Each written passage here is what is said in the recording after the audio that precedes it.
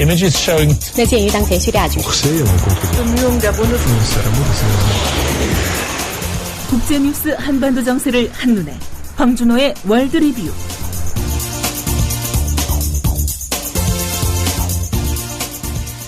네, 지구촌 소식 알아보는 시간입니다. 밤새 어떤 뉴스들 들어와 있는지 국제뉴스 전문 캐스터 황준호 기자와 함께 알아보겠습니다. 황준호 기자님 안녕하세요. 예, 안녕하십니까. 자, 태풍 하이엔 소식부터 알아보도록 하죠. 지금 중국에 가 있죠? 예, 하이엔이 어제 새벽에 베트남에 도착했고 이어서 오전에는 중국 남부를 강타하면서 가는 곳마다 피해를 내고 있습니다. 예.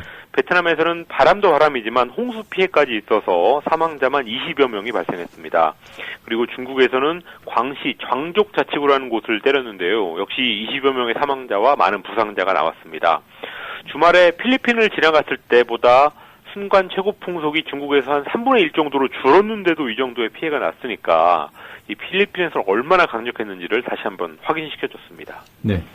자, 필리핀 상황이 어떻습니까? 가장 여전히 암담한 상황인데요. 가장 피해를 많이 입은 타클로반이라는 곳에서는 주민들이 없어진 가족을 찾아서 또 먹을 것을 찾아서 좀비처럼 거리를 헤매고 있다고 합니다.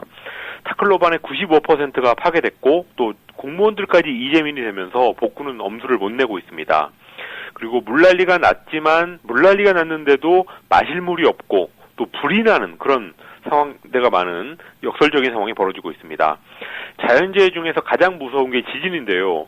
지진의 경우는 사망자가 나와도 무너진 집 아래에서 발견이 되니까 가족들이나 이웃들이 찾을 수는 있습니다. 그렇지만 이번 같은 슈퍼태풍의 경우는 휩쓸려가 버리니까 필리핀에서는 나뭇가지에도 시신이 걸려있는 그런 참혹한 광경이 많다고 합니다. 국제사회의 도움이 그 어느 때보다 절실한 상황인 것 같습니다. 네. 자, 일본의 의미 있는 모임이 결성됐어요? 일본의 과거 침략과 식민지배를 사죄했던 1995년 무라야마 다마를 계승하고 발전시키는 모임이 어제 도쿄에서 결성됐습니다. 예. 아베 총리가 지난 4월에 침략의 정의는 나라마다 다르다 이런 말을 하면서 무라야마 다마를 부정하는 것 같은 태도를 보였었는데요. 거기에 대한 일본 내 양심 세력의 반격의 의미가 있는 모임이었습니다. 네. 자, 일본 국민들을 얼마나 설득할 수 있을까요? 글쎄 좀 두고 봐야 될 것 같습니다. 요즘 고이즈미 전 총리가 원전 제로 주장을 설파하고 다니면서 국민들의 60%가 고이즈미의 주장에 동의한다 이런 여론조사가 어제 나왔었습니다. 무라야마 다마를 계승하자는 주장도 그 정도의 여론을 모아야겠는데요. 그렇지만 고이즈미 총리하고는 다르게 무라야마 전 총리 같은 경우는 지금은 소수당이 된 3인당 출신이기 때문에 이 어제 모임에 국내 정치적 기반이 그렇게 강하지는 않습니다.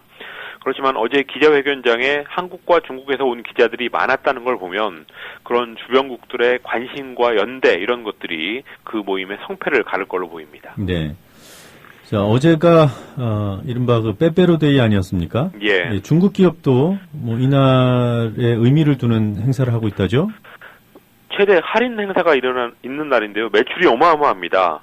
중국 최대 전자상거래 업체인 알리바바가 2009년부터 이 11월 11일을 솔로데이, 독신자의 날로 정하고 할인 판매 행사를 하면서 불이 붙었는데요. 빼빼로만 파는 게 아니라 모든 물건을 파는 날입니다. 네. 어제 하루 매출이 우리 돈으로 약 5조 원을 넘으면서 월마트가 작년 1년 동안 중국에서 기록한 매출의 절반을 단 하루 만에 거둬들였습니다. 알리바바는 작년 11월 11일에도 하루 만에 미국 최대 쇼핑 시즌이죠. 추수감사절 연휴에 온라인 매출을 하루 만에 넘겨버렸었는데요. 중국이 세계 공장을 지나서 이제 세계 시장이 됐다는 것을 상징적으로 보여줬습니다. 네.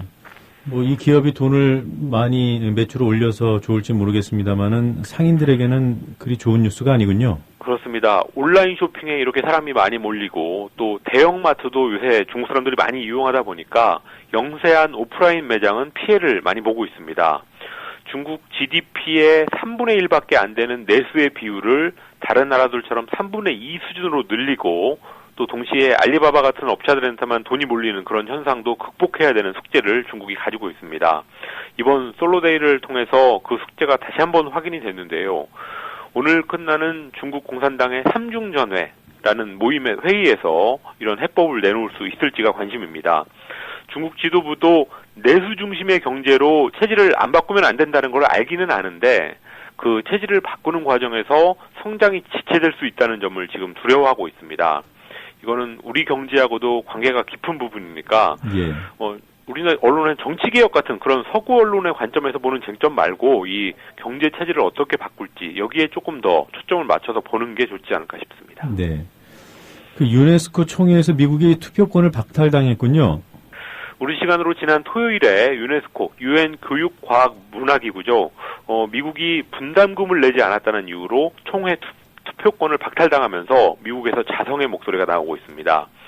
유네스코가 재작년에 팔레스타인을 회원국으로 인정하는 일이 있었습니다.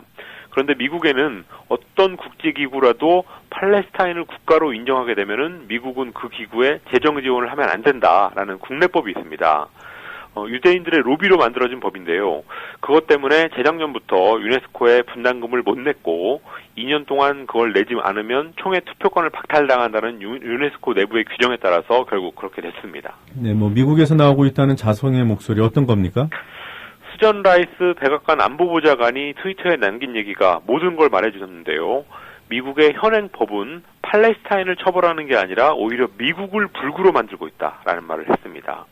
그리고 미 국무부의 대변인도 유네스코는 많은 분야에서 미국의 이익과 직접 관련돼 있다라고 하면서 의회에다가 법 개정을 요청했습니다. 국내법이 국제적인 규범이나 규약보다 무조건 앞선다라는 미국의 예외주의가 지금 자기의 발목을 잡은 꼴인데요. 그렇지만 이런 모순을 한번 고치려고 들었다가는 다른 국제조약들에도 마찬가지로 적용을 해야 되기 때문에 쉽게 해결되지는 않을 것 같습니다. 결국은 다른 분야에서도 이렇게 망신을 당하고 또 위상이 추락된 후에야 고치게 되지 않을까 싶습니다. 네. 오랜만에 이란 핵 문제 관련 뉴스가 보이는군요. 전해주실까요? 이란 핵 문제는 당사국인 이란하고 또 유엔 안보리 5개 상임이사국 그리고 독일과 유럽연합이 참여하는 이걸 실자회담이라고 해야 될지 팔자회담이라고 해야 될지 모르겠지만 어쨌든 그런 틀로 제네바에서 협상을 합니다. 지난주에 참가국 외교장관들이 갑자기 제네바로 속속 모이면서 뭔가 큰 합의가 나오나 보다 했었는데 몇 가지 문제 때문에 열흘 후에 다시 모이기로 했습니다. 그런데 그 후에 들려오는 소식을 보니까 미국 쪽의 강경파들이 목소리를 높이면서 제동을 거는 분위기입니다. 네.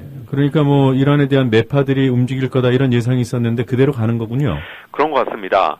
이란하고 적대적인 공생을 하고 있는 이스라엘하고 또 미국 내 유대인들이 뒤에 있는 게 분명해 보이는데요. 이란의 핵해법이라는 것은 결국 핵 활동을 동결하는 대가로 제재를 해제해주는 그런 거래가 될 수밖에 없습니다. 그런데 미국 공화당 의원들을 중심으로 해서 이란에 대한 제재를 완화하면 안 된다라는 목소리가 계속 나왔고 그런 강경론에 밀려서 그런 건지 모르겠지만 캐리 국무장관도 핵 폐기가 될 때까지는 제재를 유지하겠다라는 말을 어제 했습니다. 누구나 예상할 수 있는 시나리오대로 가고 있는데요. 북한 핵협상의 해법이라든지 갈등 이런 거하고 거의 똑같은 구도가 되고 있습니다. 오바마 대통령으로서는 돌파구를 만들기가 어려울 것 같고 이란의 최고 지도자가 지난 9월에 영웅의 관대함을 보이겠다라는 말을 했으니까 그쪽에다 조금 기대를 걸어봐야 되는 그런 상황입니다. 네. 그럼 오바마 대통령이 사과를 자주 하는 정치인인가요? 그런 것 같습니다. 한국에서뿐만 아니라 미국에서도 대통령이 잘못이 분명한데도 불구하고 공개적인 사과를 하는 경우가 별로 없는데요. 그런데 오바마 대통령은 취임 후 5년 동안 공식적으로 사과의 뜻을 밝힌 게 9번이나 될 정도로 잘못을 시인하는데 주저하지 않는 대통령이라고 미국 의회 전문지 더 힐이 보도했습니다. 최근에도 건강보험 문제로 사과하는 모습을 보였었는데요.